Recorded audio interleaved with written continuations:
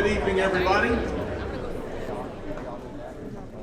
My name's Kent Johnson. I'm Senior Associate Athletic Director here at West Texas A&M University, and I'll serve as your MC tonight, but the reason we're here is for the inductees that we're going to put into our 36th class of the West Texas A&M Athletics Hall of Champions.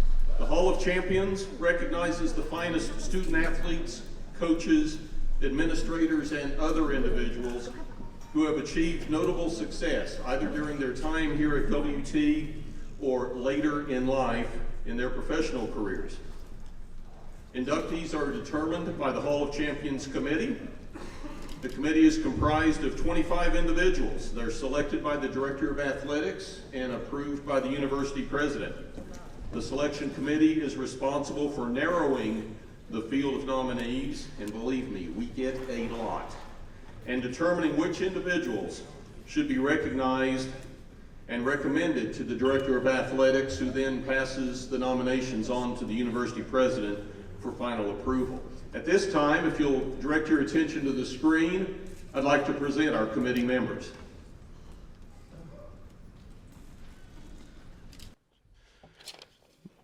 You see the names are divided into different groups. They fall in different categories, such as we have 8 members who are current Hall of Champions members. 6 are current head coaches with the longest tenure here at West Texas. 4 are current donors to the West Texas A&M Buffalo Club. 3 are current full-time athletics administrative staff. 3 are current university faculty and staff with at least 10 years of tenure. And we have 1 member from the athletics broadcast media. In addition, they don't have them down there. I want to point out Josh Ducheneau and Cedric Knowlton, who are non-voting members, but they help with providing support, documentation, and materials. So let's give a round of applause for this committee, please. Now at this time, I'd like to introduce our Director of Athletics, Michael McBroom, to present our Legacy Awards.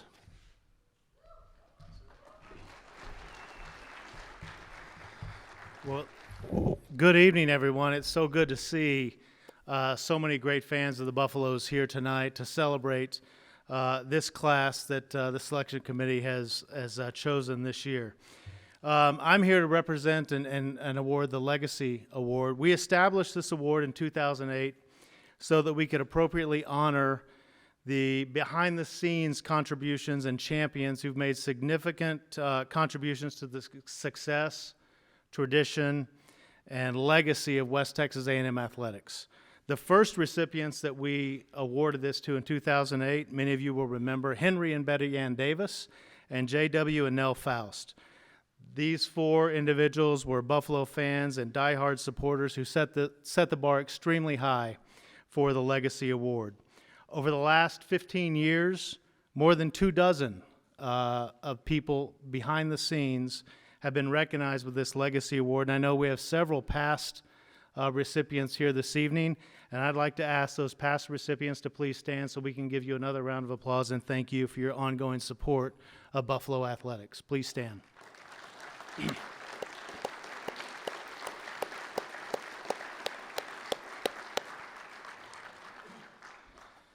So now let's meet the Legacy Award recipients for 2003. The first recipient, we have a video, Tracy and Pamela Hames.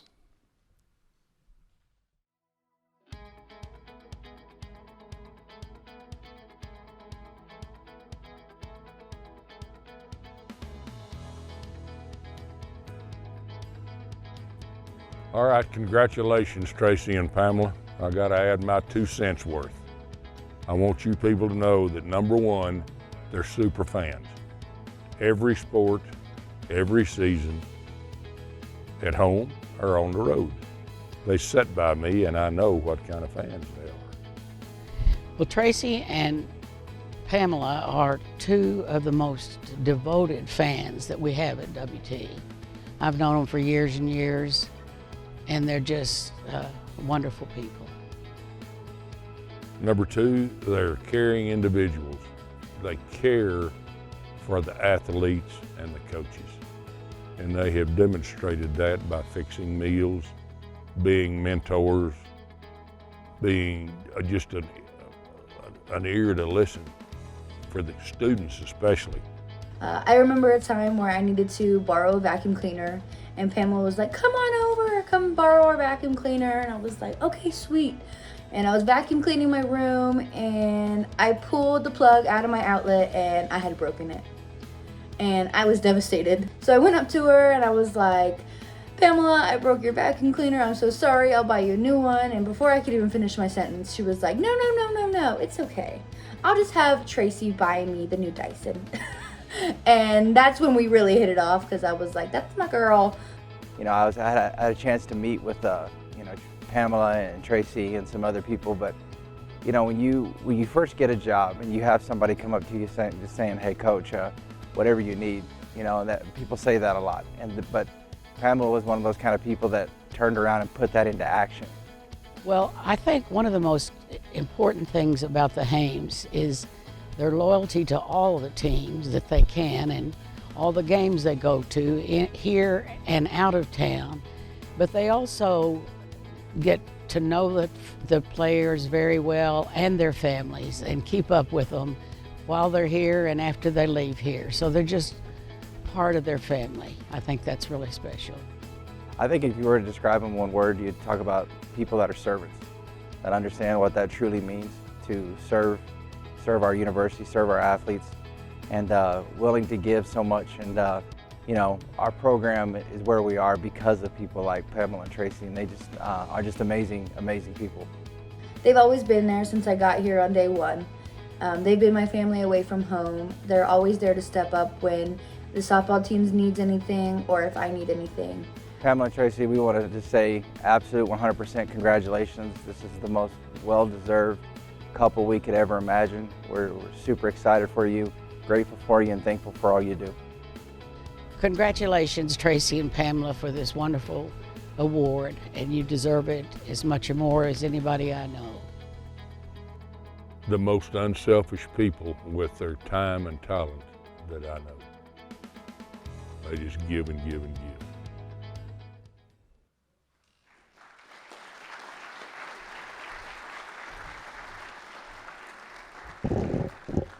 I want to add a couple of thoughts there. While I do that, I want to ask members of the men's basketball team to come on up.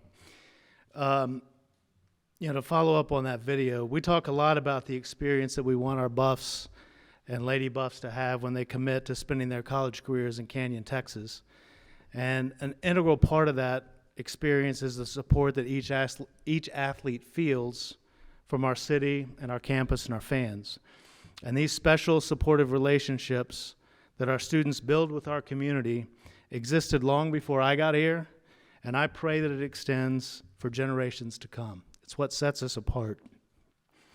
Tracy and Pamela simply love on our student athletes.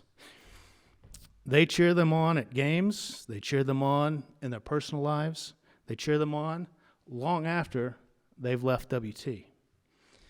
They're like a second mother or father to many of our students, from post-game meals, traveling to away games, the occasional word or hug of encouragement when they need it most, the giving of time and treasure to many of our programs and coaches. They just make sure that our students feel home here in Canyon, Texas. Hundreds of players they've impacted who've worn our uniform. So I want to congratulate and thank Pamela and Tracy, and presenting their award on behalf of the athletic department tonight, members of the men's basketball team. Pamela and Tracy, please come up.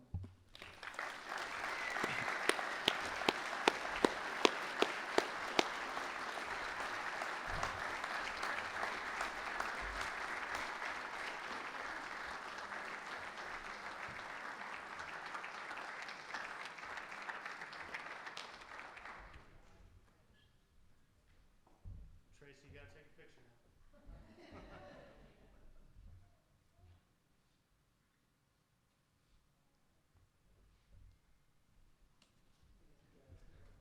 How about another round of applause for Pamela and Tracy? Good job, fellas. Thank you.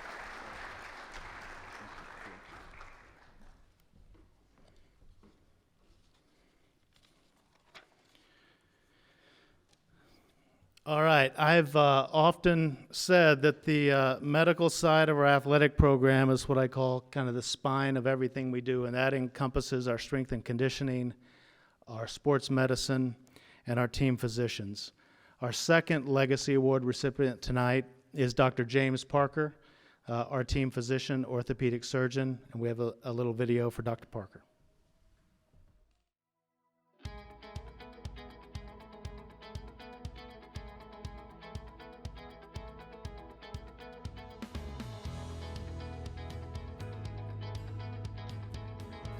My favorite memory of Dr. Parker was after my first year as a football player, I ended up tearing my ACL. We actually had to go to the hospital during the game, and at the time we thought I broke my femur. And we get to the hospital, got an x-ray, luckily did not break the femur, but tore ACL and all that stuff. And when he was testing it, he goes, "Oh, hey, good news, no break. Bad news, find your happy place, because this is not gonna feel really good." Getting to know Dr. Parker over the last 8 years has been great. He's great for me, he's great for my staff, he's great for the athletes. So when I was getting my shoulder done, we were going in.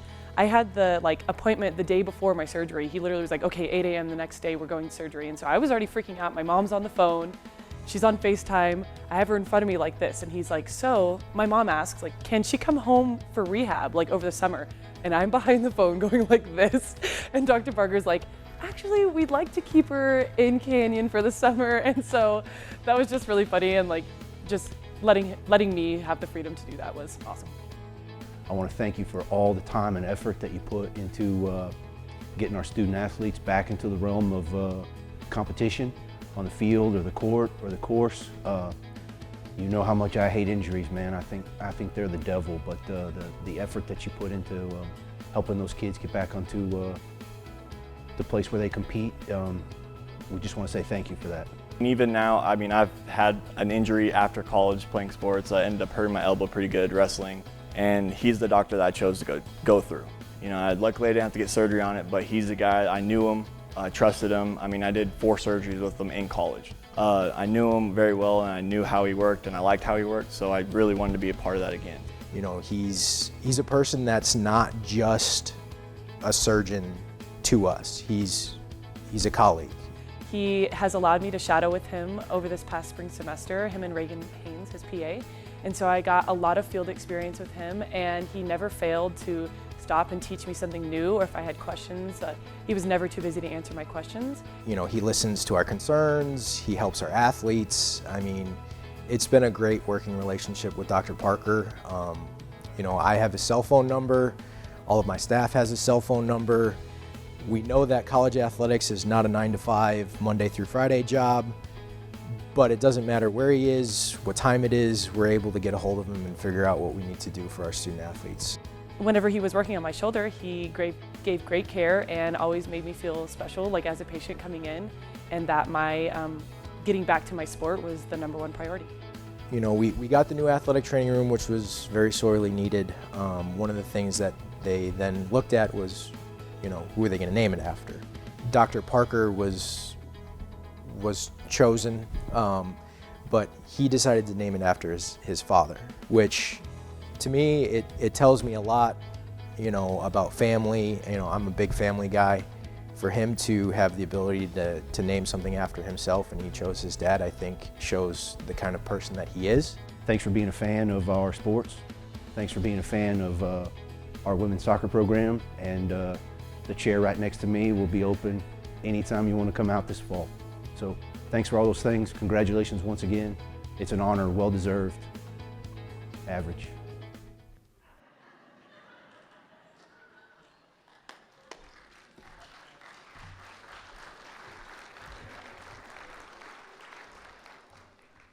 That video summed it all up.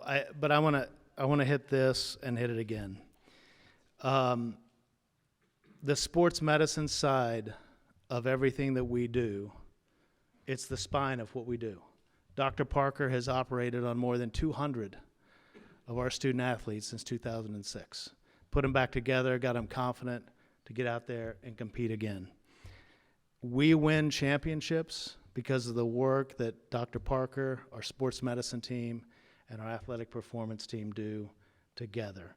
He's the rock, he's the glue, he's been doing it since 2006. Can't thank him enough. To present Dr. Parker with his Legacy Award is our Director of Sports Medicine, Luke Casper.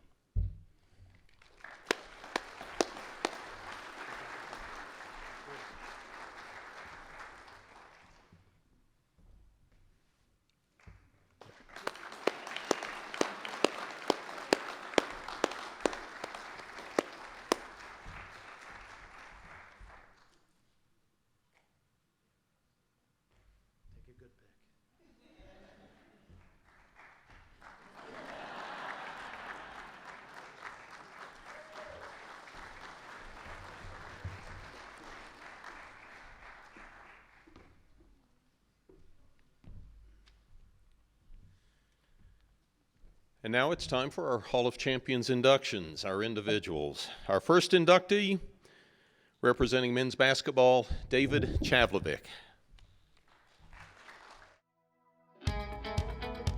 Known to most WT Hoops fans as the GOAT, David Chavlovic registered arguably the greatest basketball career in Lone Star Conference history from 2014 to 2018. Chav finished as the league's all-time leading scorer with 2,490 points. He also holds the top spot at West Texas A&M in career points, field goals, three-pointers, and free throws. As a senior, Chavlovic led the Buffs to the program's first ever Final Four appearance. He was a four-time All-American and a finalist for National Player of the Year. Chavlovic returned to Buff basketball last year as an assistant coach after playing professionally in Croatia and in Australia. David and his wife Bailey added a daughter, Poppy, to their family back in January.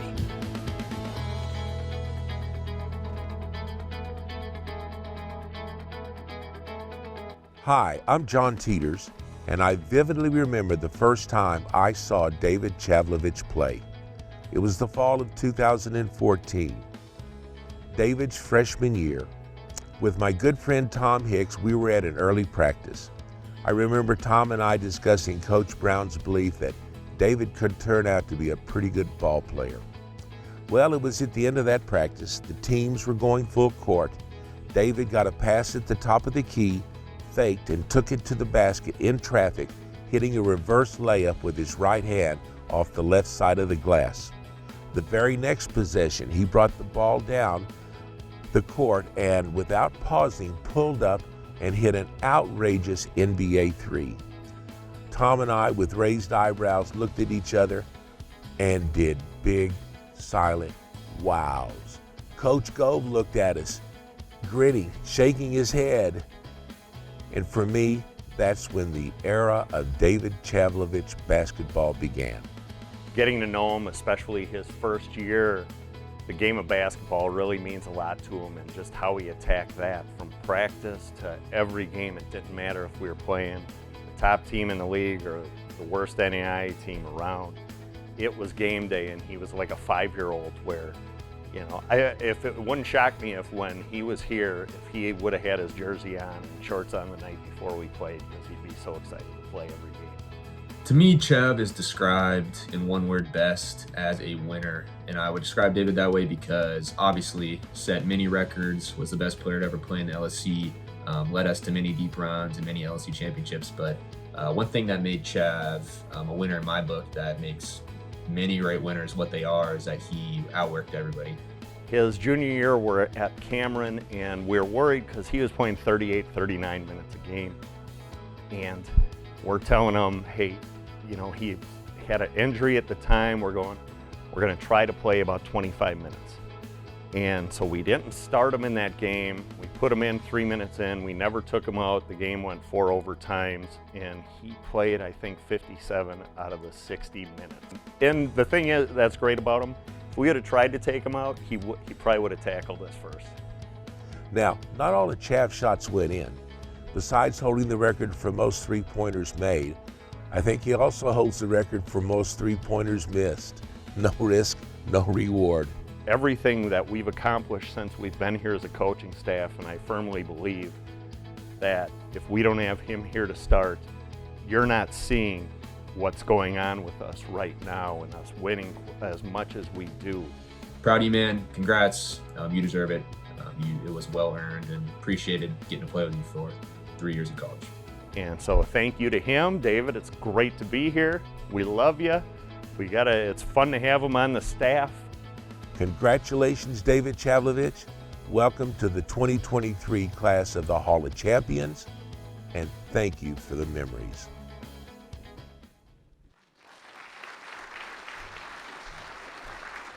Now, let's bring forward David Chavlovic.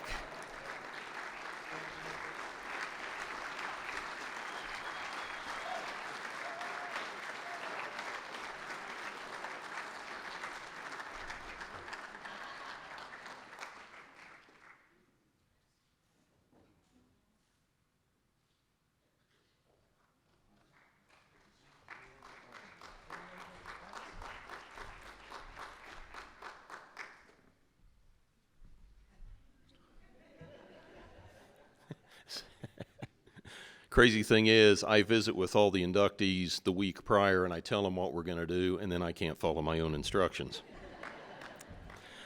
Our next inductee from the football program, Keithon Fleming.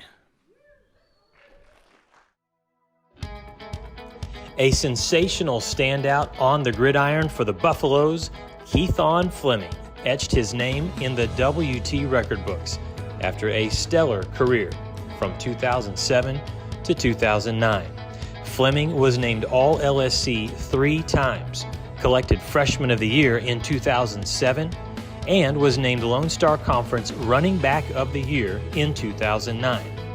The Mesquite, Texas native ranks 7th on WT's all-time rushing list. Fleming was a scoring machine with a total of 59 touchdowns in his career. After college, Fleming played professionally for several teams, including the Philadelphia Eagles. Keithon and his wife, Emily, have 3 daughters, Yonique, Eve, and Kyrie. He is currently a high school teacher and youth coach in Washington.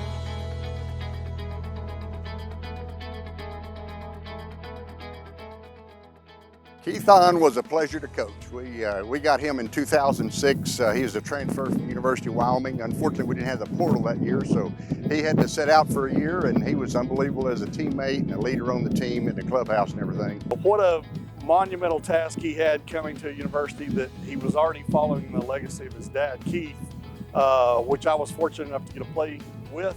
When I was in college, Keith was a heck of an athlete, but Keithon took it about 3 notches above that. Keithon, once he got eligible in 07 to play for us, we won. 07, 08, 09. If he got on the outside, he was going to outrun you. You might not think that, but he was going to outrun you. But he was more the type that he just liked contact, and so rather than he might want to run over 2 or 3 guys getting to the outside, but he wasn't afraid of contact. He wouldn't go out of bounds. He would just punish them, and that was just his MO, I guess. He did some really special things as a football player. He didn't have any quit in him. When he broke that arm, it was enough that probably would have kept a lot of players out. Keithon was not going to allow that to happen. Congratulations on being inducted to the Hall of Champions. It's much deserved, man. I'm super excited for you. Even though you are the athlete that still I'm kind of mad at because you ate cookies and drank milk every single night and still bench 400 pounds. But we're not going to talk about that, all right? The word that best describes him is a gentle giant. Keithon was a soft-spoken young man. Never had to be the center of attention, but when he put a pair of football pads on, he deserved and demanded that respect that you were going to give him, because he was a heck of a ball player. And I was thinking through a couple of stories about you that I wanted to share. The one story I'm not going to share, though, is how you could out-throw me on one knee. I could only throw it 45 yards, and you could throw it 50 through the uprights. So we're not going to talk about how you had a better arm than me.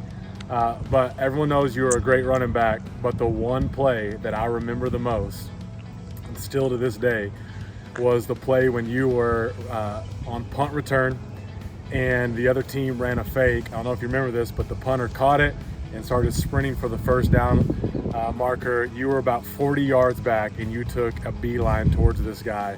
And I'll never forget, he stuttered to make a move and you did not stop.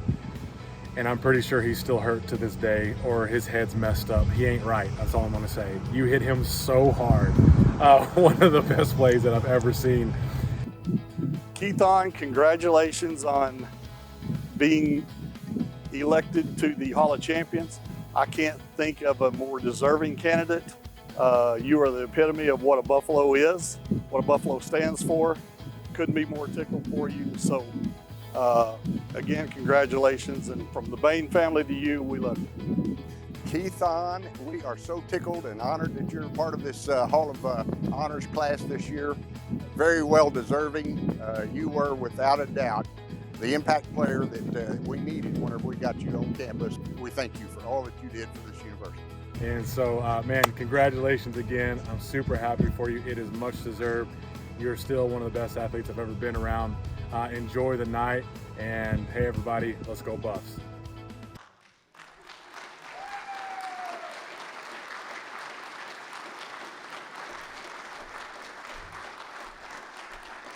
Let's welcome Keithon Fleming.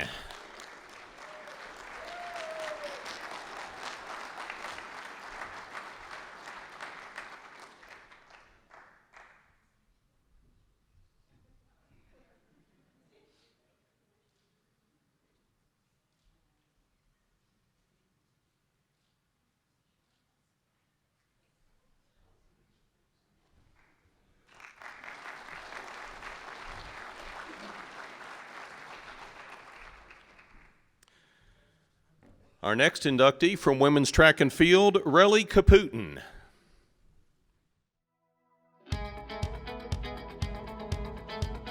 One of the most decorated track and field athletes in WT history, Relly Caputin takes her rightful place in the Hall of Champions.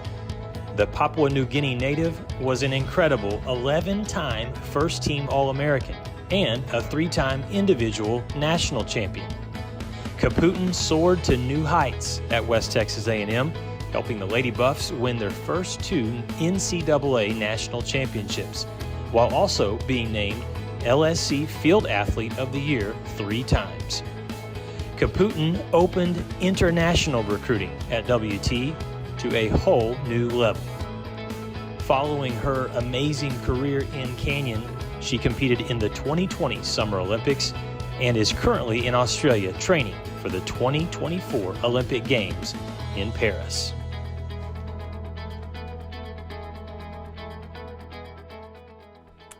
You know, Relly is such a special person that if you know her, you really can't help but root for her. So, I mean, just as her teammate, you know, she just had these qualities that were almost opposing in a way, where as a person, she was just so humble and kind and gentle, I guess you'd say. But as a competitor, if she needed to, she could really, really flip a switch. Well, really, the memory that sticks out for me is National Meet 2017, Bradenton, Florida, where she got passed on her last jump by a girl from Lincoln. And she came back on the last jump and won the meet. Just kind of shows you the competitor she is, and kind of just the attitude she had, and just didn't want to be beat, and just came out of nowhere and just like launched a big triple jump, won the national title, and obviously we won the team national title. So that's the biggest memory for me, and then obviously the other national meets she competed at a high level. I think the best way to describe her would just be as a true competitor. No matter how big the stage or how high the pressure was, she would always show up and just rise to the occasion, and that was always fun to watch as a coach. Well, I just don't think we'd be where we are today without her. She was a part of those 2 national championship teams, the first 2 that we've had in 2017, 2018. Without her points, obviously we couldn't have done those things. And then conference-wise too. I mean, just part of that first outdoor title team for conference was a big lift for us, and she just did so much. And to have someone elite as she is in all 3 jumps is very rare. And then it just helped us recruit. I mean, we got Fatima Fessi, we got Taylor Nellums, we got other jumpers to come here because Relly was here. Even during our competitions, she would still have that really cool demeanor about her, and no pressure on or anything. But if she needed to, she would just flip the switch. Like if she needed to bring a big jump or clear a big bar or something like that, whenever she kind of flipped that switch, she would let out this big scream when she would land in the pit, like high jump or triple or long. She would just scream. And so when you did that, then you knew like Relly was doing something today. Watching her at the national championship meets, Lone Star Conference meets, just knowing that she was gonna compete at a high level, and just kind of remembering her yell on the runway and come down with an intensity, and just love to see that as a coach, love to see the excitement that she brought. So that's always what I remember when I think about her. I think that she's just an outstanding competitor, and that's the one word I'd probably use for her, just an elite competitor. And fun to be around, fun to watch, and we miss her dearly for sure. Relly, congratulations. I am just so excited for you, and I could just burst with excitement. I'm so proud of what you've done, and when we were teammates, you blew me away, and you're still blowing me away. So I just wish I could give you a big hug and congratulate you in person.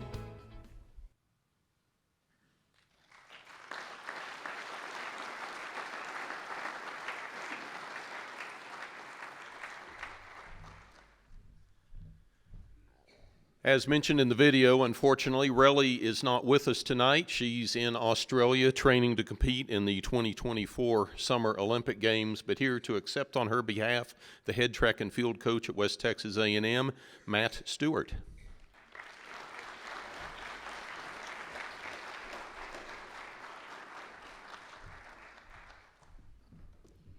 Thank you very much. I mean, it's an honor for me to accept this for Relly. Like the video said, I can't say more than that. I mean, just an elite competitor, very quiet, humble person. Probably wouldn't say much if she was here anyway. But she did send me a quote, so I'll read that to everybody. She says, as a P&G ambassador and an Olympian, I'm humbled and very proud to be inducted into the WT Hall of Champions tonight. WT Track and Field was my home for 3 years. I would like to thank you to all my coaches that were always there for me and cheering me on and coaching me to be at a high level, and also making sure that I stayed on top of my classes. And she mentions Coach myself, and obviously Coach Gibson's in the back, the jumps coach. She'd also like to say thank you to her teammates, her family, P&G Athletics, and anyone that may have been part of her journey. Making it into an American University Hall of Champions is a history, is just a honor for me and my family. And she said, I'll always be a proud Lady Buff, and I love you all.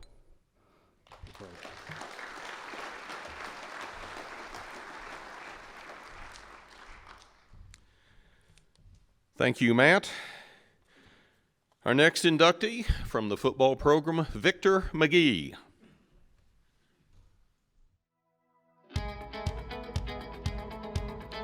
Victor McGee registered a great 2-year career as a quarterback for the West Texas State Buffaloes from 1981 to 1982. During his junior season, McGee helped WT to its best record in over a decade. Passing for over 1,000 yards and 11 touchdowns, he was named Missouri Valley Conference Newcomer of the Year. McGee's senior season was extra special as the Longview, Texas native threw for over 3,000 yards and 20 touchdowns. Victor McGee sits 9th on the Buffs' all-time passing list and 10th in total offense. Following his collegiate career, McGee played in the Canadian Football League with the Edmonton Eskimos.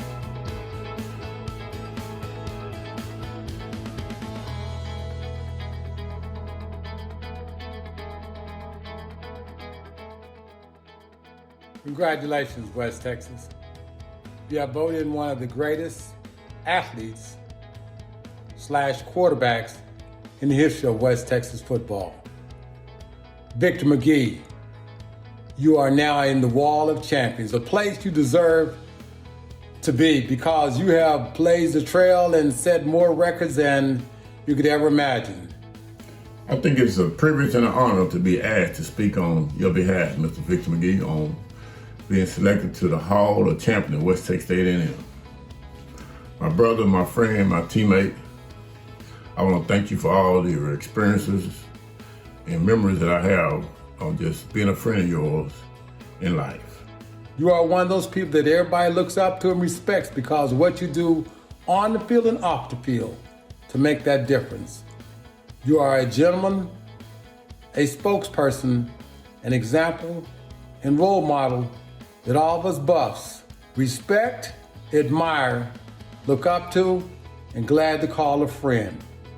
I want to go back in memory when we had a game in Illinois, when you came back to the hall and said, B, just throw your hand up, I hit you.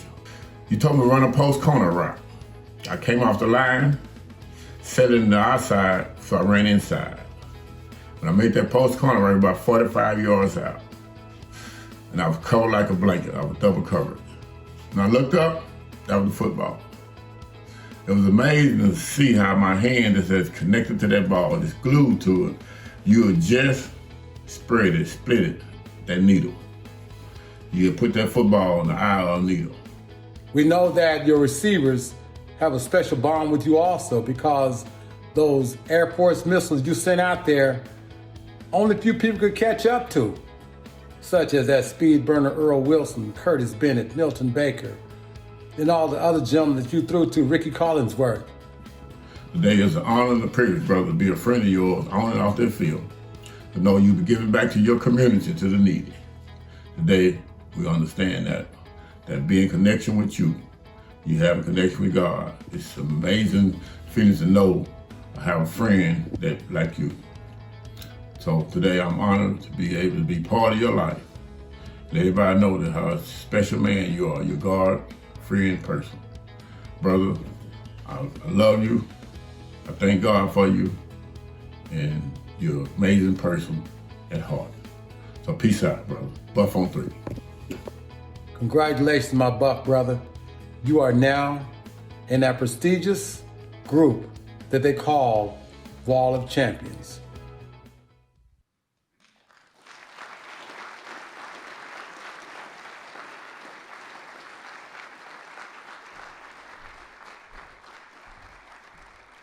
Let's welcome Victor McGee.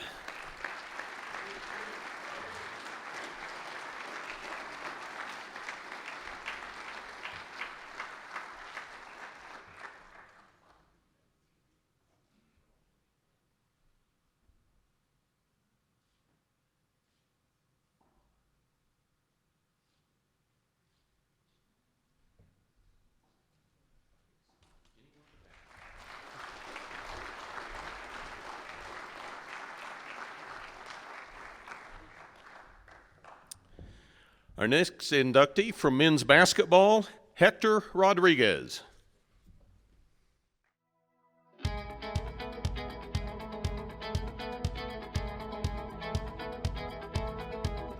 A native of San Antonio, Hector Rodriguez was a 4-year standout on the hardwood for the West Texas State Buffaloes from 1970 to 1974. Rodriguez was named All-Missouri Valley Conference and traveled throughout South America on a college all-star team. Following his career as a Buff, Rodriguez played semi-professional basketball and led his team to the Mexican National Championship. Rodriguez was selected to play for Team Mexico in the 1976 Olympic Games in Montreal. He scored 8 points a game and had 4 rebounds, helping Mexico finish 8th place overall.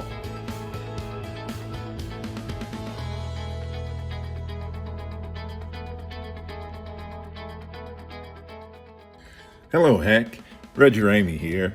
First and foremost, I want to thank God for longevity.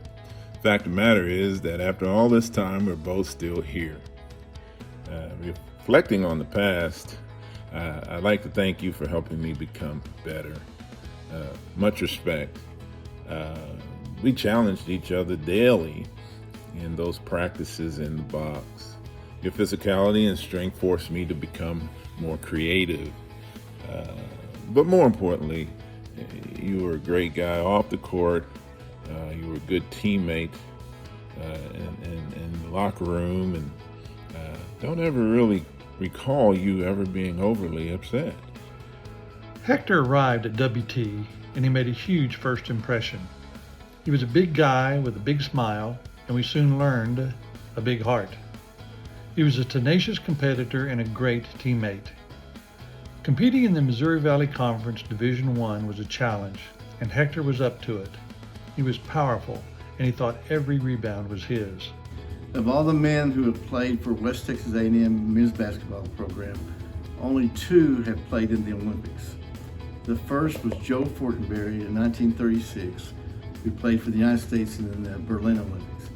The second player was Hector Rodriguez, who played for Mexico in the 1976 Montreal Olympics. What a great honor, Hector, for you to be included as one of 2 people to accomplish this. So not only are you in the Hall of Champions, you're the answer to a great trivia question. So congratulations. After leaving WT, I always wondered what happened to Hector. I lost track of him until reading an article about his accomplishments. Impressive, to say the least. Latin Hall of Fames, Olympics, professional basketball career. Amazing, but not surprising. Hector, I consider you an old teammate and a dear friend that deserves your place in WT history. Congratulations on all your accomplishments. Enjoy this night of honor. You deserve it. You are a true gentleman, a great guy to be associated with, and here we are today. And congratulations to you and your family, and welcome to the West Texas Hall of Champions. God bless.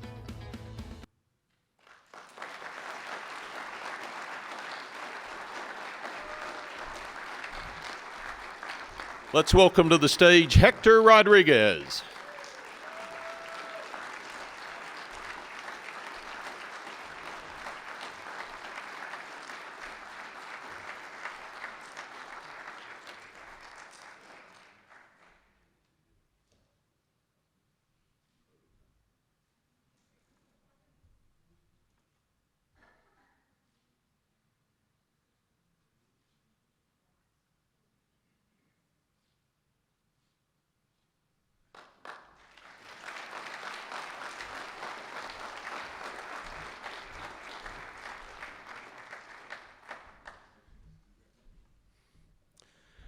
Our next inductee, representing Lady Buff softball, Lacey Taylor.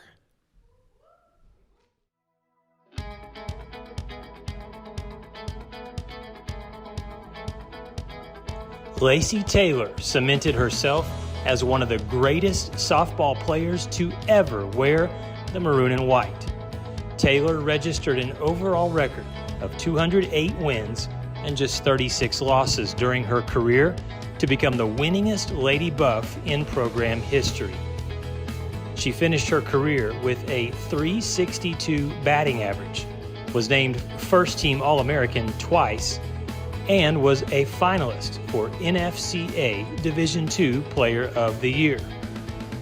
As a Lady Buff, she helped West Texas A&M advance to 2 College World Series and was an integral part of the 2014 NCAA Championship squad. Lacey is currently a real estate agent in Dallas, where she resides with her husband, Levi. Lacey Taylor came to West Texas as a little girl, a beautiful little girl. And it was kind of funny because us boosters were sitting up there and we was looking at Lacey and we said, oh, she not gonna make at WT. I mean, she's not gonna make it. We don't think. Anyway, we were watching her and the first time she came to bat, she hit that ball way, way over the black fence. And we all looked at each other and said, maybe. But it was the next play when we came in and it was on the defense and Lacey was catcher. And it was the third out if we'd have caught it, and we would have beat Angelo State, who was our big rivalry. And she dove And when she got up, from her nose to her toes was brown. I mean, it was dirty. And we looked at each other and we said, she is a Lady Buff, for sure. All the words that I could use to describe Lacey, two come to mind. The first is constant. Lacey has always been a constant in my life, from playing travel ball together in high school, to stepping foot on WT's campus together, from playing our last game together at Schaefer Park, and even now after college, Lacey is one of my best friends and has consistently been there for me through all chapters and stages of my life. So that's how I really met Lacey and how I remember her desire, and as she grew, man, she took that team, she was the catcher, she led them all the way to a national championship, and she just developed, and you could see her grow each year, and she loved the fans, she was very good with the fans, and it was outstanding. And it seems like that when Lacey graduated and she came back and she became a coach, the fans just loved her. And we always had a saying, and I will always remember this. When Lacey would run over to first base to coach, the crowd would say, "Lacey Taylor." And she would smile at us and wave and blow us a little kiss. And that's our girl, Lacey Taylor, and she left WT as a strong woman as she grew there. The second word I would use to describe Lacey is loyal. Well, Lacey was a loyal teammate, a loyal team captain. She is a loyal dog mom. She's a loyal wife. She's a loyal daughter, and she's a loyal friend. And last but not least, Lacey is a loyal Lady Buff. From playing at WT to coaching at WT to working in admissions at WT, Lacey is a Buff for life. Lacey, I'm so proud of you for this honor, and there is truly nobody more deserving than you for being inducted into the Hall of Champions. You are so talented. And as always, go Buffs. Love you, Lace. I would like to congratulate Lacey Taylor Gomez now into the West Texas A&M Hall of Champions. Very well deserved.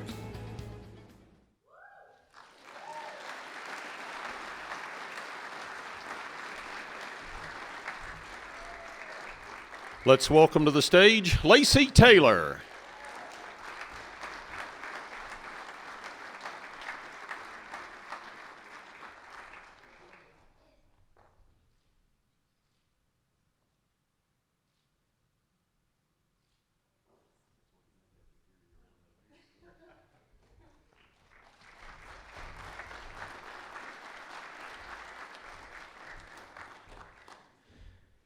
And our final inductee tonight, representing Lady Buff basketball, Joni Unruh Myers.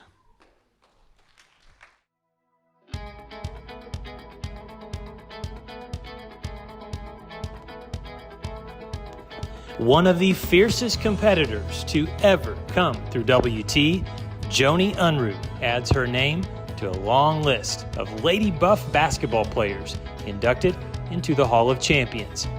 She was a 3-time Lone Star Conference champion, made 4 trips to the NCAA tournament, and won a regional title in 2009. The Amarillo native was named All-Conference as a player 3 times, and academically 4 times in her career. Unruh ranks 2nd all-time at West Texas A&M with 129 games played. Joni and her husband Damian have 2 children, Leighton and Cooper.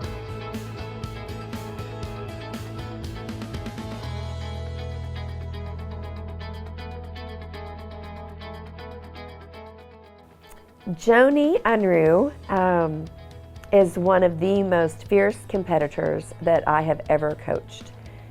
She loves competition. She loves the battle. She is just fierce. I started following your athletic career when you were in 9th grade. Your sweet mom worked for me, and not a day went by that we didn't talk sports. In fact, we traveled to Hawaii to watch you and the Lady Buffs compete.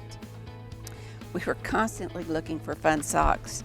Some of them were not in my taste, but she said you would love them. You wore them on game day. It was your lucky charm. One of the things that I always admired so much about Joni was just her toughness. Joni was so tough. You know, Coach Gerlich was always talking to our teams about being mentally tough, and that's just who Joni was. The third year that we were playing in the conference championship, and we were playing a team, Central Oklahoma, that we had played numerous times and always beat them, but they were always just fierce battles. And Joni was having to guard their best player, who stood at about 6'1", and Joni was 5'8", and she just thrashed her. That girl could not get the ball even, and Joni was just so determined, and she ended up getting a black eye during that game, and it just added to her swag, if you will, because she was so incredibly tough. Both on and off the court, you truly excelled, and yet still made time for your family, friends, and fans. But off the court, she is one of the funniest people I have ever met. So genuine, so loving and caring. Just the full package. Like, Joni is definitely the full package. From the first day that we both stepped foot on campus, we were practically attached at the hip. We just took to each other immediately, I think because we both were goofy and just loved to have a good time. And you know, we did everything together. You know, from planning our talent show performances for our kids at summer camp every year, to all the pranks that we used to play on our poor coaches, to the Nerf gun wars that we were always having at our house. There are just so many good memories, and so many of my memories at WT are directly tied to Joni. Tom and I hosted many team dinners. You girls enjoyed the food and hospitality. However, we gained so much from getting to know each of you and being allowed to play an active role in the program. But Jones, I'm so happy for you. This is such a huge honor. Congratulations. I am just so thankful for the time that we had together, thankful for getting to be your teammate, and just congratulations again. Love you. As a friend, avid fan, and member of the community, I want to say thank you, Joni, for allowing us to be a part of this very special journey. I truly believe your precious mom is looking down on you, Damien, Layton, and Cooper right now. She was and always will be your biggest fan. I love you, Joni.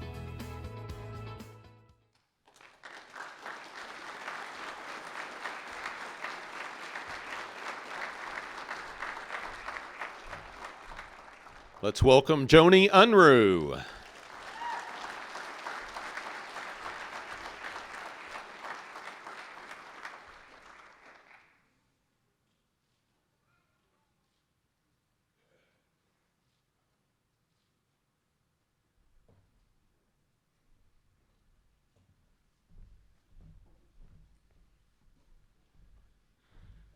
And now we're going to have the opportunity to learn a little more about our inductees, both their memories of playing here at WT as well as their careers that followed.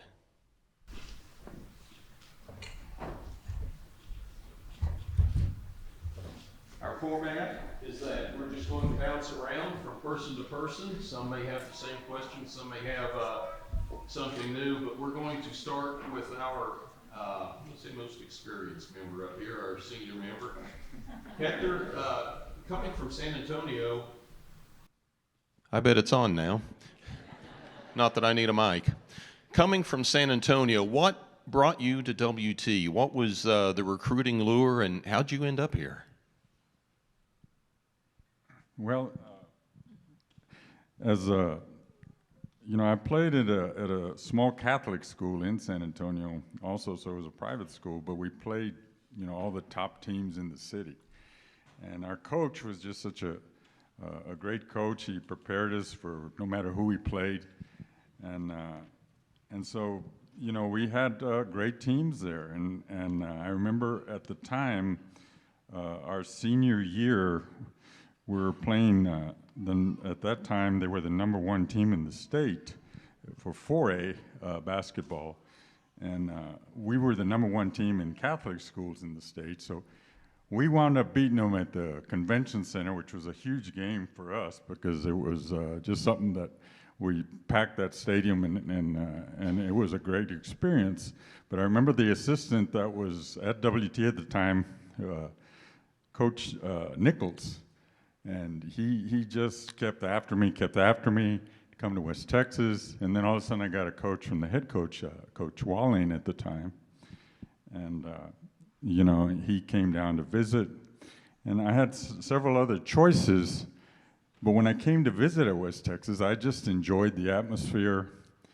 When I had gone to North Texas at that time, they had like the top 10 party schools in the nation, and they were one of them. And I could see why when I went to go visit, but I said, I don't know if this is for me, you know. And I love the atmosphere that West Texas presented.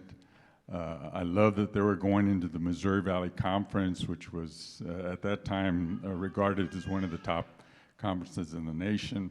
So I love that competition, and I just said, I think this is the place for me. And so that's why I decided to come here. And it was a great experience, you know. It was something that I learned a lot and prepared me for my future.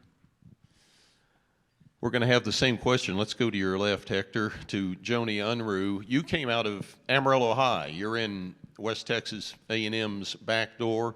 You were a 2-time consecutive female athlete of the year for the Lady Sandies. You lettered in 3 sports. How'd you choose basketball and why WT?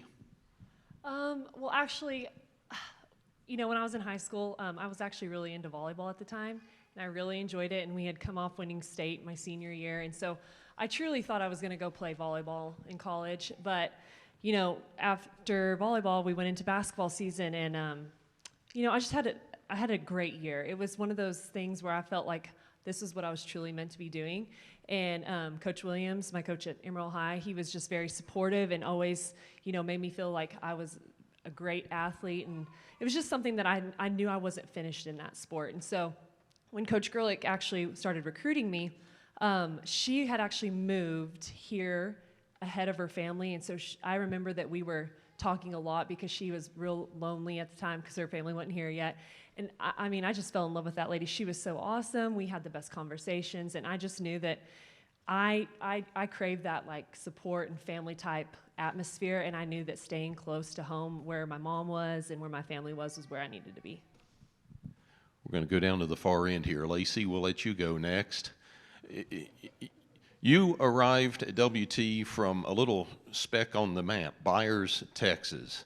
Tell us your journey and also the allure of Lady Buff softball, because it wasn't what it is now, and it certainly wasn't what it was 4 years after you got here. So I came from a small town of 500 total people, y'all. We had a ton. So the biggest draw for me was that Coach B, being the great salesperson he is, was like, you're going to come here and you're going to win championships. We haven't won one yet, but we're going to win one. You're going to be a part of it and you're going to play a lot. And I was like, heck yeah. It also helped that I already had 3 high school travel ball teammates already commit to WT. And he was like, we're going to put y'all together and we're going to win championships. And we totally bought in. And we loved the program. We fell in love with the people. And sure enough, I went from a town of 500 people to a town of 13,000 people, not that much greater. And we won a national championship. But the thing for me was the people were so nice and so welcoming. And we just fell in love here. And my friends came from Dallas. I came from a small town. And we really craved that homey environment. And when you walked into Schaefer Park, you just truly felt it, and you couldn't get that anywhere else. I mean, we all had, and I'm sure Other people here had offers from Division I schools, and we chose to come here because of the people, and I'm sure thankful that we did. Keith, on your journey, was a little circuitous getting here, coming out of Mesquite, outside of Dallas, University of Wyoming, and then you come down to Don Carthel's football program. Guys like Keith Knoll throwing the football all around, and you're wanting to carry the ball. Why WT? I think my dad manifested it. He played here late 80s. Actually came on a visit to WT in 2004, I believe it was that we came on a visit.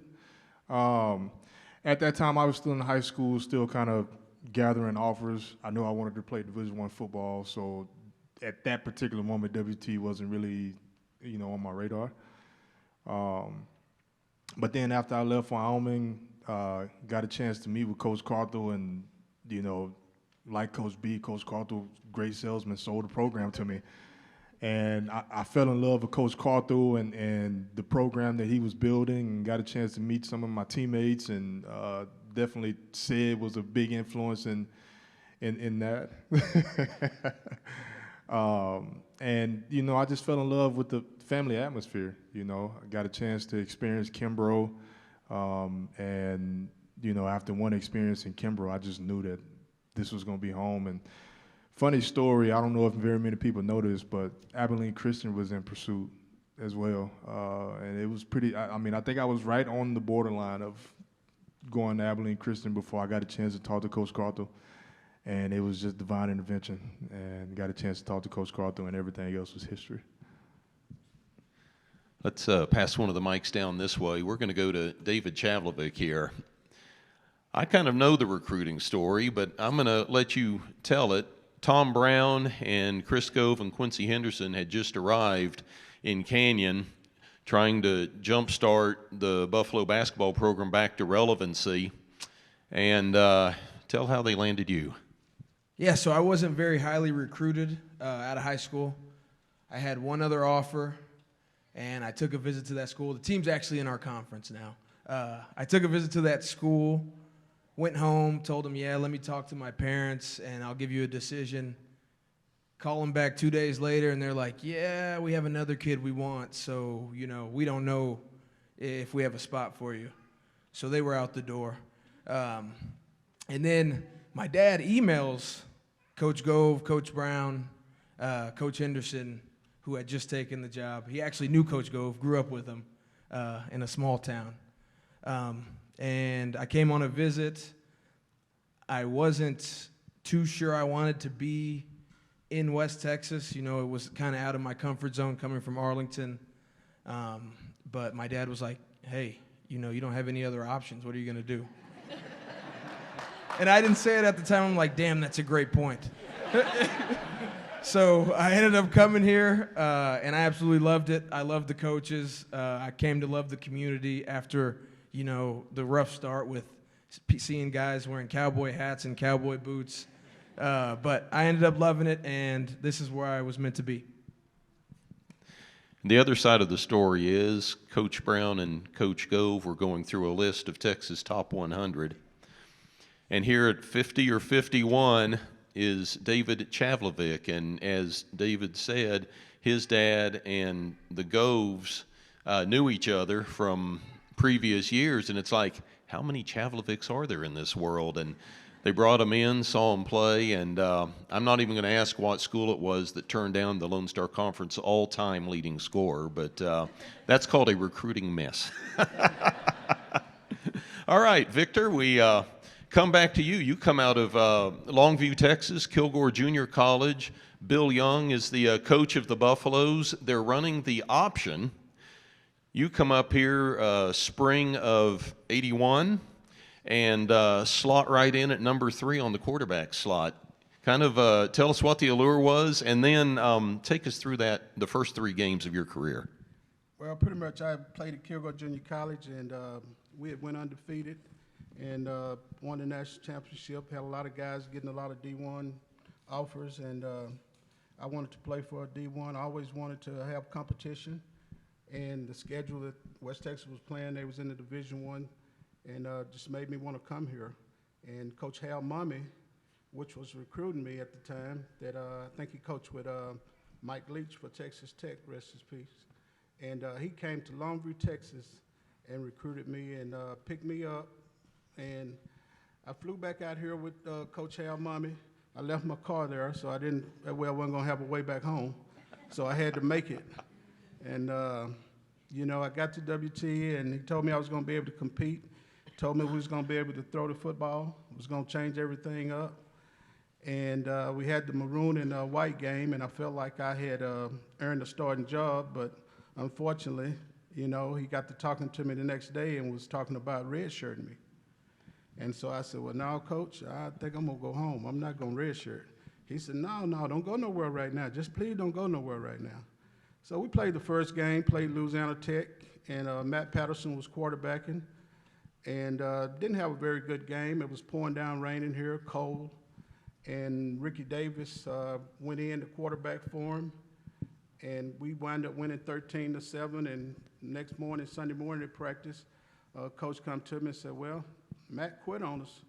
Said he's not coming back, so you're number 2 now. I said, so you're going to keep me now, huh, Coach? He said, yeah, we're going to keep you. So anyway, we went on to play Iowa State the next game, and they had Sports Illustrated there for a guy from for Iowa State, Dwayne Crutchfield, supposed to be making the cover. And I wound up playing that game. They beat us 17-14. I think I threw 2 touchdowns, and after that, the third game I started, and the rest was history. And that's what landed me at WT. Went out to Las Vegas, beat UNLV, and went on to become Missouri Valley Conference Newcomer of the Year. Yes, sir. Let's go back down to Keithon. You were a true dual threat running back. You ran the ball with authority, and Coach Carthel alluded to that, your tenacity, but you could also catch the ball and run with it. Talk a little bit about what it was like for you as a running back playing in that sometimes no-back offense. You know, it was interesting because my dad was a receiver, so I think he had dreams of me being a receiver. So, you know, he kind of forced me to go out and run routes and catch footballs. And, you know, at the time I was sold on playing running back. You know, the value of the running back was different at that particular moment in time. But when I got to WT and the offense that we were running, it just kind of fit the style of play, my style of play, the way I played the game of football.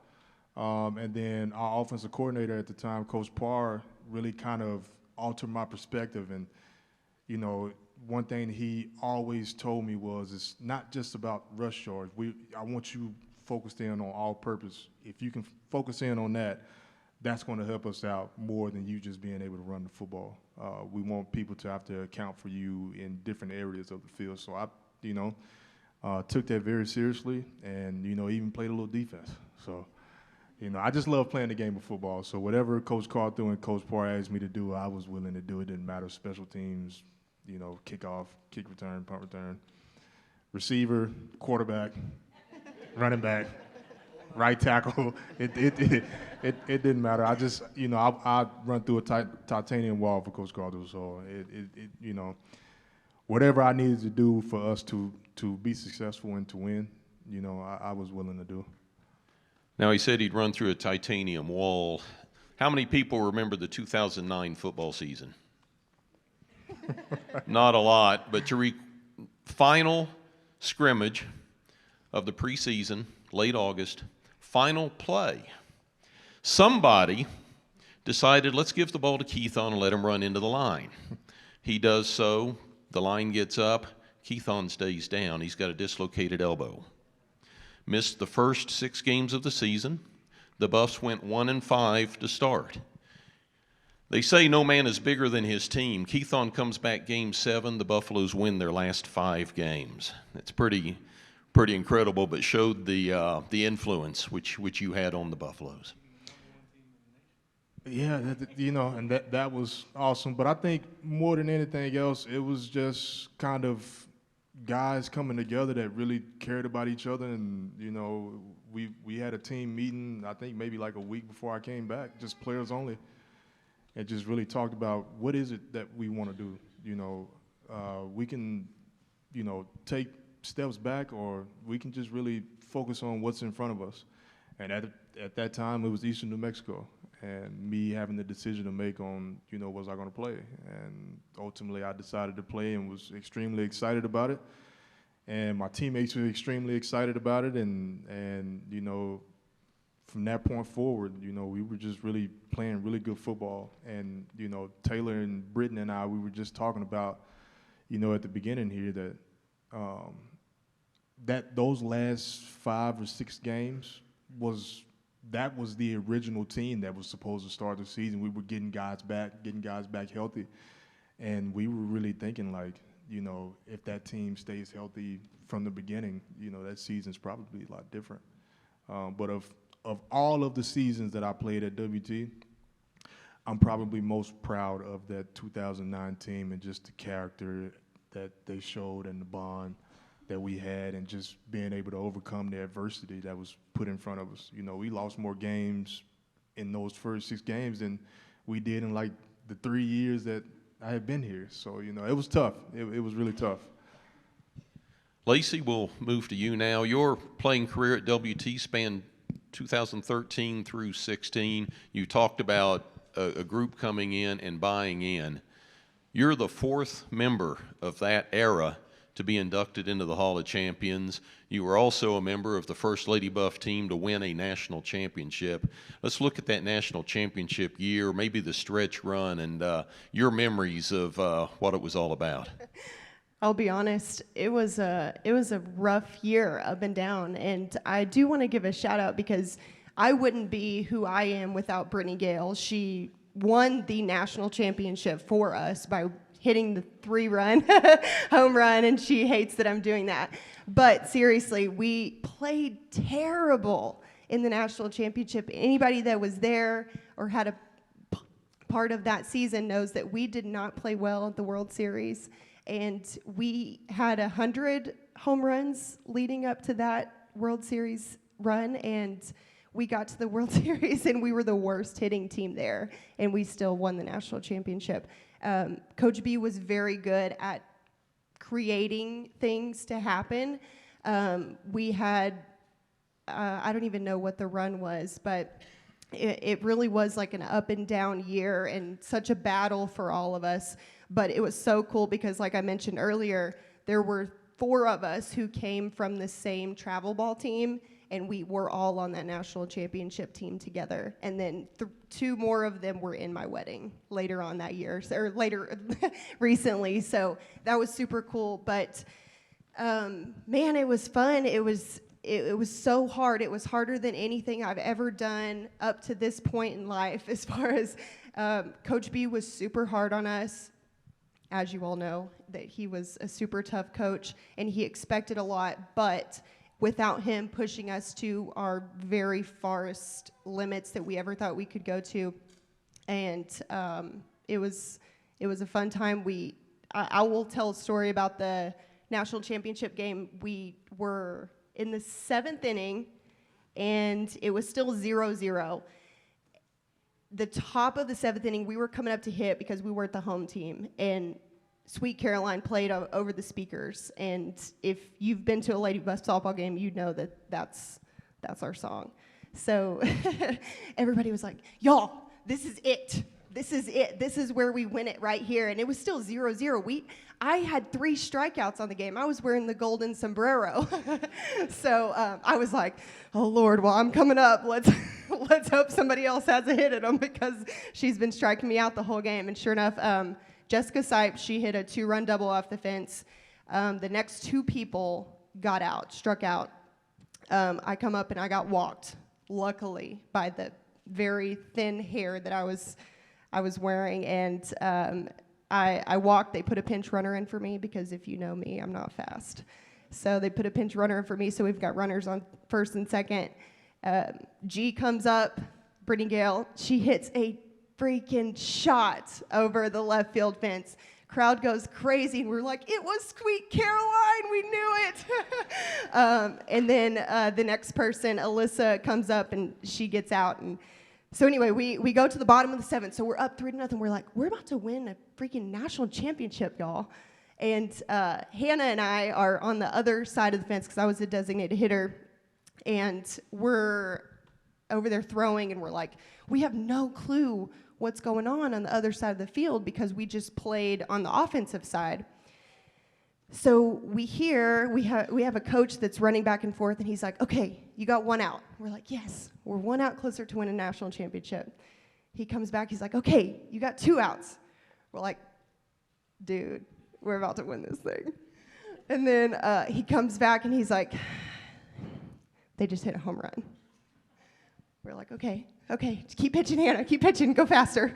So I'm back there, and I'm catching her, and we're like trying not to stay nervous. And the crowd goes crazy, and we're like, we just won a national championship. He comes back, he goes, no, keep throwing. They just hit another home run. So it's 3-2, 2 outs, bottom of the 7th, national championship game, Salem, Virginia, coolest place, and they get to a 3-2 count. Crowd goes crazy. I guess Rita, who got inducted last year, she threw a pitch that should have been third strike, and they called it a ball, so it went to 3-2. So Hannah and I are back there losing our minds, and then finally she throws another pitch, which come to find out was the same exact pitch she threw before. And the crowd is going crazy, and our coach comes over there, and he's jumping up and down. He said, y'all just won a national championship. So Hannah and I, and if y'all know me, you know I cannot jump. I hurdle a fence in Salem, Virginia to get to the main game field. And then the picture you saw was me standing off to the side just bawling my eyes out. It was so cool and such a cool experience to do with my best friends. So sorry, that was a long story, but that's what we want. Okay. Hector, we're going to move down to you. You played for 2 coaches during your tenure here at WT. You played 3 with Dennis Walling, and then 1 Ron Ecker's first year, and it was, as mentioned in the video, WT had just moved into the Missouri Valley Conference, which at the time, Memphis State, Louisville, Wichita State, St. Louis, some pretty heavy hitters. Talk a little bit about playing that kind of competition and your teammates. I mean, Reggie Ramey said some loving things there. Yeah, I mean, our team, it was a tough conference. It definitely was, and there were tough teams. I know that my junior year, Memphis State, which is the team that went all the way to the national championship and played against UCLA.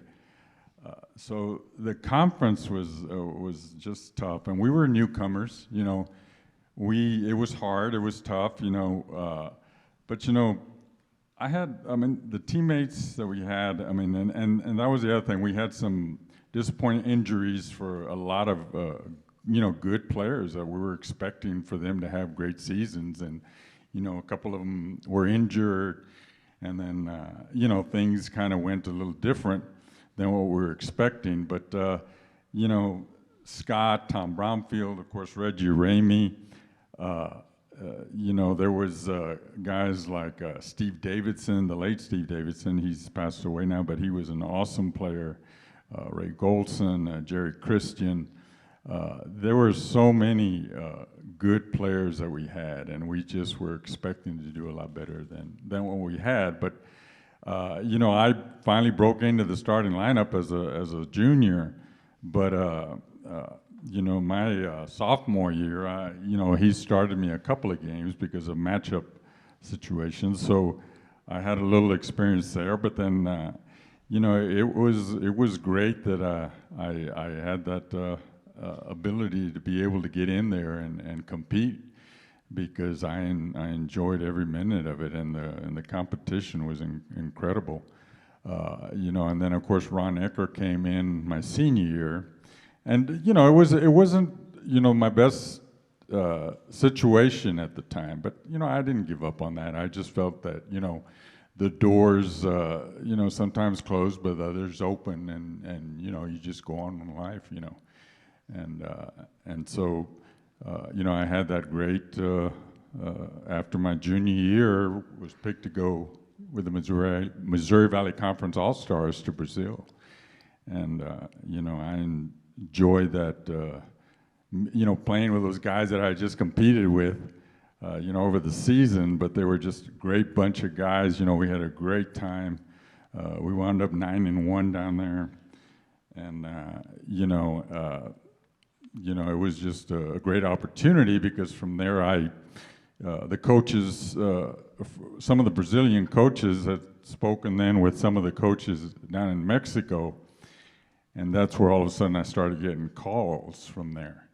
And they told them about me, hey, you ought to look this guy up and things like that. And so, if one door closes, another door might possibly open for you, and that's kind of where it went from there. But my experience at WT is something, I'll always enjoy and remember because of my teammates and the guys, and we had some good times and ton of funny stories, but it was just great atmosphere. I'm going to leave it with you for just a comment for a minute. You and your wife have a milestone coming up. Yes, me and my lovely wife next weekend will be reach our 44 years of marriage, and well, congratulations. I'm very proud of that, and she's a wonderful woman, and she just has put up with me for so long. But she said she'll do it for a little while longer. But no, we've had a good run, and 4 incredible kids that we really do love. Well, that's just great. Joni, we'll go to you now. You were on a program, a 3-year starter. One was cut short with knee injury your junior year, but you made 4 postseason appearances. Was there one year that stood out above the others, and what were some of your memories of whichever year that was? So actually, I'm going to start with the negative one first. So my freshman year, it was a kind of a crazy year for me because I came into WT not really sure of knowing my place. I'm not real sure if Coach Grillick had the idea of me playing as a forward, post. I really wasn't sure.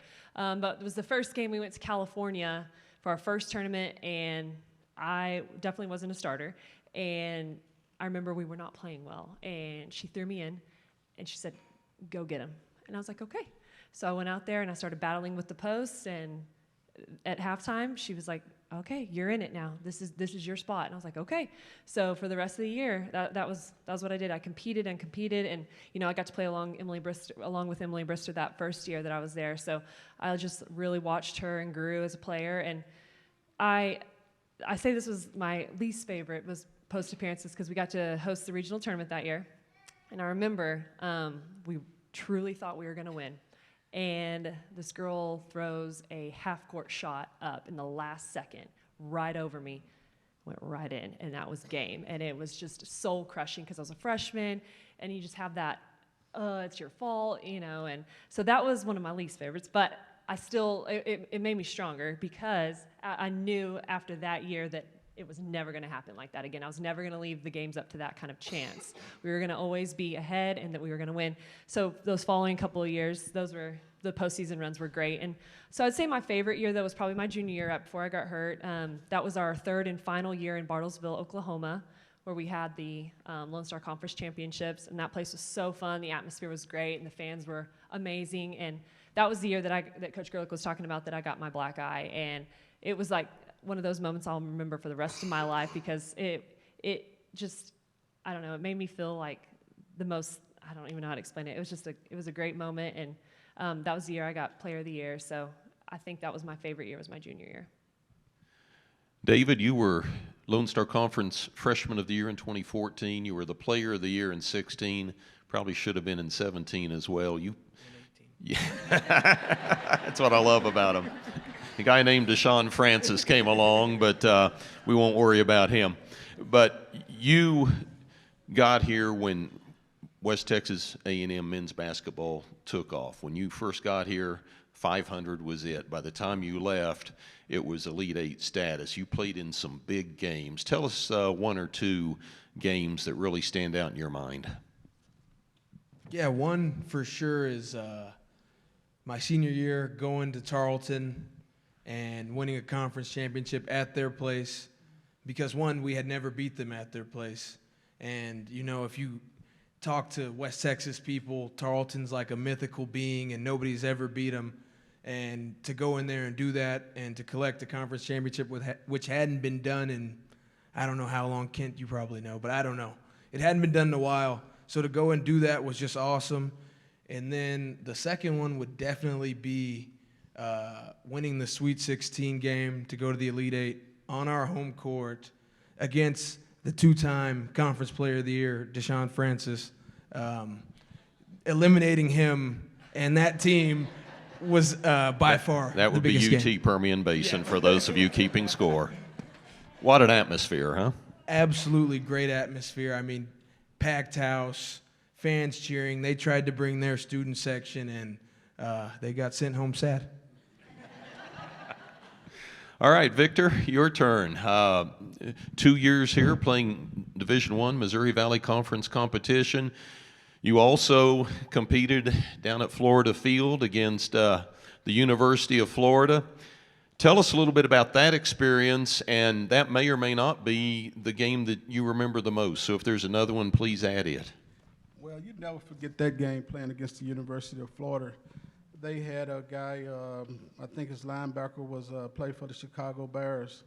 I can't think of his name, but we jumped on Florida down there, went down there and jumped up 14-0 on them. And I think we made them mad. and then after that, you know, I think the punter sit over there and made Sun T. They come back and beat us like I think it was 70-something to 14. And I had like about 400-something yards passing, but you know, it was tough down there, but it was good. And I'm like Hector, you know, one of the reasons I came here was because of the competition and wanted to play at that level and get a chance to play some of those guys from the University of Florida, Southern Illinois, and also I had some guys that I played with in high school. Tulsa was recruiting them real heavy down there, so I got a chance to play with a guy that I used to back up quarterback in high school. He played for the University of Tulsa, Kenny Jackson. And we lived about 6 houses apart in Longview, Texas. So that was real interesting and everything. And also just, you know, coming here and establishing the friends that I have and been knowing for 40 years and everything is really the reason why I'm sitting up here tonight. You know, Chaz Briscoe there, that was my roommate when I first got here. You know, he made me keep up with my books. You know, Curtis Bennett, he made me go lift weights at 5 o'clock in the morning. And Jeff over there, Jeff Quinn, he took care of us and made sure we was comfortable and stayed on the right track. You know, Barry played with me and giving congratulations to Milton and Freddie. They supported me and everything as well. So those are some of the good memories and things that I remember up here. Okay, we'll keep it with you, and this is one you can take a flyer on. Any off-the-field memories you have, maybe odd stories or funny times? Well, not really, but you know, the good part about it is that when you guys have the homecoming up here, me and those guys get a chance to travel, you know, several miles together, and they tell a lot of stories, tell some things that nobody know. They remember everybody's name, and you know, that's kind of the best part. We had a real good time up here, and the only thing I can say is that, you know, I didn't play here but for 2 years. I wish I would have played here 4 years because I was just about to get comfortable. And those guys that broke my record, they'd have had to do a little bit more work. That's absolutely right. David, we'll go down to you first. You had an opportunity to play professionally overseas. Tell us a little bit about that part of your life. Yeah, it was a very cool experience. First year I was in Zagreb, Croatia, city of about 1 million people. They like to compare it to New York City. I don't know if it's quite that, but it's just an awesome place. And then second year, I got to go over to Frankston, Australia. Lived on the Mornington Peninsula. Beach was a 10-minute walk either way. Just an awesome place. Food there was amazing. I would live there if I could. Very good. And we know of your exploits on the basketball court, but are there any locker room stories or maybe a road trip where something may have happened that we might like to hear about, that you can tell about? And you can take a flyer. I might want to shy away from the stories. Hey, that's good. Joni, same thing with you. I mean, the Lady Buffs are always a tight-knit team. Surely somewhere along the line something happened that brings tears to the eyes. Like him, there's probably not a lot of stories I can tell out loud, but trying to think. So Megan Patel, we were roommates, and this story still makes me laugh. So we had practice the next day, but our assistant coach, Coach Baker, we found out what apartment he lived in. And so we went to Walmart and bought about 2,000 Post-it notes. And it was like 2 in the morning. We went and found his car, and we posted all over. Like, you could not see one part of his car. We're talking wheels, windshield, everything. And I mean, we spent over an hour and a half doing that, and we were so proud of ourselves because we're like, this is funny. This is going to be awesome. The next day, nothing from him. Like it had never happened. And still to this day, he claims that we got the wrong car, which I know he's lying, but he's got me questioning my sanity all the time. But he will not give me and Megan the satisfaction of knowing that we got him real good. That's clever. Got to hand it to you on that. Hector, your turn, and I want you to tell the folks the story you told me this afternoon, and we'll preface it by this is the early 70s, and it was a little freer spirit back then. It's a clean story. Yes, I mean, I guess it was my freshman year, and we had an athletic dorm at the time, and Jarrett Hall, which I'm glad they regutted because if those walls could talk, I probably might not be here. But it was, it was late in the evening. It was probably somewhere around 8, 9 o'clock at night. It was already dark. I hear this pounding on the doors. Some guy yelling up and down our section of the dorm. He said, "Hey, come on out." So guys are opening the doors and stuff like that and going, "Hey, what's going on? We got a streaker out there, and she's on horseback, and she's riding down the lawn." And so everybody starts to run out and see if this was true. And sure enough, here she comes. She has her long hair. She has a mask on, and she does have little shorts on, but bare everywhere else. And she's riding in this horse, and the crowd is starting to come out from every direction of the dorms, and next thing we know, we've surrounded her, so now she can't get out, and everybody's cheering and yelling, and it was a situation where all of a sudden we hear this little siren, beep, beep, beep, beep, everybody's dispersed, move, and we look back, and of course, as the campus police, they want us to move out of the way so they can get to her. And then guys start, all of a sudden, everybody starts chanting, "Let her go, let her go, let her go." And so we formed this, all of a sudden, the circle that we had formed around her turns into a big C, and we spread out to block the campus police from getting to her, and we left an open area so she could gallop off. And so that's kind of how that ended. I don't think we ever found out who it was, or at least I never did, but it was very interesting. It was something that, at that time was pretty popular, so every once in a while. That's great. Lacey, can you top it? I can definitely not, and I cannot tell a lot of the things that happened with Coach B and the head of stuff, but I will tell a funny story that happened because him and I had such a funny relationship. We were playing in our very first tournament of my senior year in Utah, somewhere, St. George, Utah, and we played really well. We were ranked like number 22 in the country, which wasn't good enough, of course, and we ended up beating everybody up to this point. We were going to play the number 2 team in the country, which was Dixie State, and it was on their home turf. And I was catching, and my mom was sitting like in the bottom part of the bleachers, and Coach B was calling pitches, and it had been a battle of the 5 games that we had played that year of who was better at calling pitches. And I was like, "Coach, it's me. I'm going to do it." And so we'd had a battle going back and forth. So he was sitting there calling pitches, and I I just wasn't feeling what he was calling. So he finally starts calling some things, and we're in a tight race with the number 2 team in the country. I think it was still 0-0 or something like that. And he calls something. I'm catching that picture that was up there. That was probably that one. And I was like, Coach, I'm not feeling that. And he looks to my mom in the stands, and he goes, what is going on? And my mom's like, well, that's your kid too, so you control her. My mom had given up full reign of any control of me. And Coach B was like, just call it. I mean, I guess. And luckily, we ended up winning that game, or I know my butt would have been reamed by the end of that one. But it was a fun season. We had a great bantering relationship throughout that year. Keith, I'm gonna throw 2 questions at you first. Your journey. You're living in Kennewick, Washington, teaching in Othello. How'd you end up there? And then the second question, totally unrelated, but it's what our other inductees have talked about. Keith Knoll made a funny comment about you earlier. Surely you've got something to come back with after that.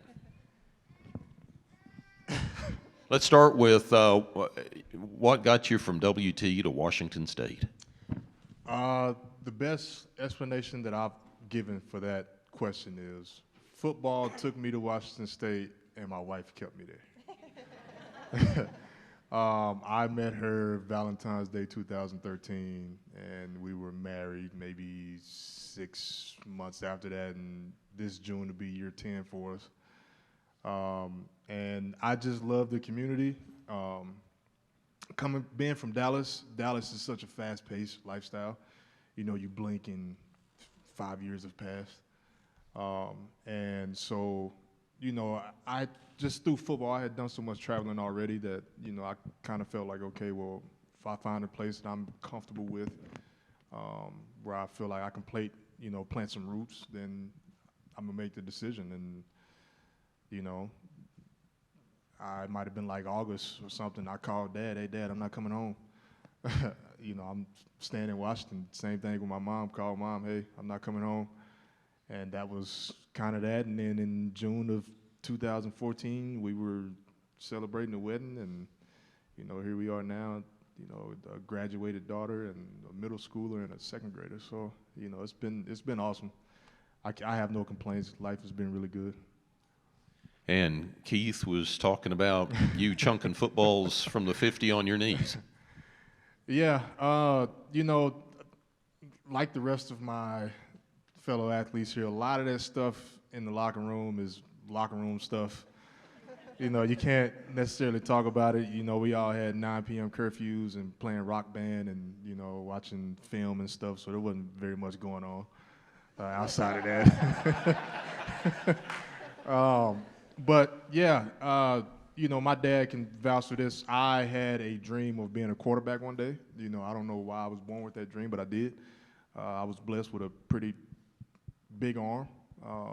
And so, you know, I would always want to challenge the quarterbacks. You know, I was always picking on Taylor about, you know, let's have a throwing challenge. Accuracy didn't matter. It just mattered how far you could throw the ball. And one of the things that I learned about myself was I could, you know, take a knee at the 50-yard line and throw it through the uprights. And, you know, that's something that Keith thought that, you know, he might be able to do, and he wasn't able to get it done. And I think he didn't talk to me for about a week after that. And then, you know, they always talked to me about, you know, the milk and cookies and stuff like that. My diet is terrible. It still is at 37 years old. My diet is terrible. I just kind of eat what I want, when I want. And, you know, if there's consequences, I'll just deal with them. Well, these have been fabulous stories, everybody. Congratulations on your induction. I think we all appreciate the opportunity to hear from our inductees tonight, right?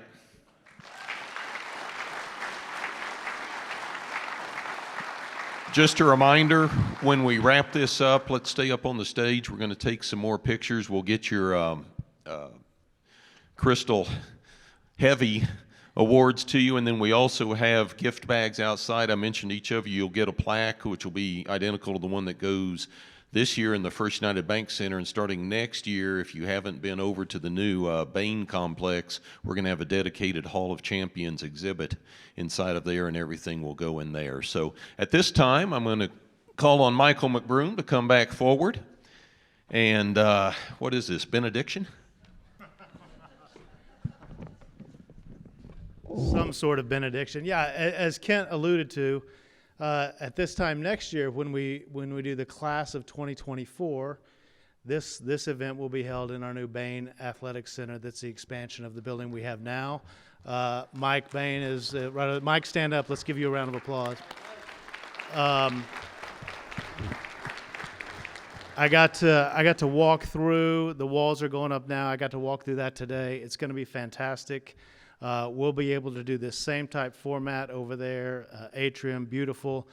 It's really space dedicated for football and our track and field programs. We're very excited about it. Right next to our weight room and new training room that Dr. Parker helped us with. So we're excited about that. How about a round of applause for Kent Johnson, our MC tonight?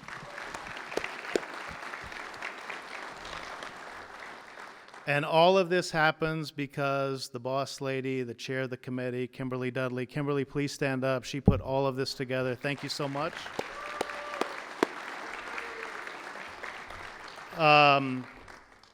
We're making a change to the football game tomorrow. Tomorrow's halftime entertainment. We are going to recognize our Hall of Champions inductees tomorrow at halftime, but we are also going to feature Keithon Fleming with his knee on the 50-yard line and throwing the ball through the uprights. So that's going to be the second half of the halftime entertainment.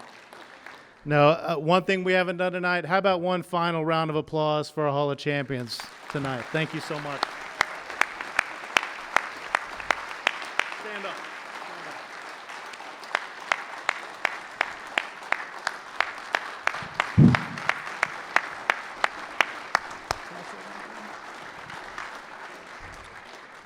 Hey, I met the football coach tonight, and I told him I was going to be ready tomorrow. I was down on the field today and felt pretty good.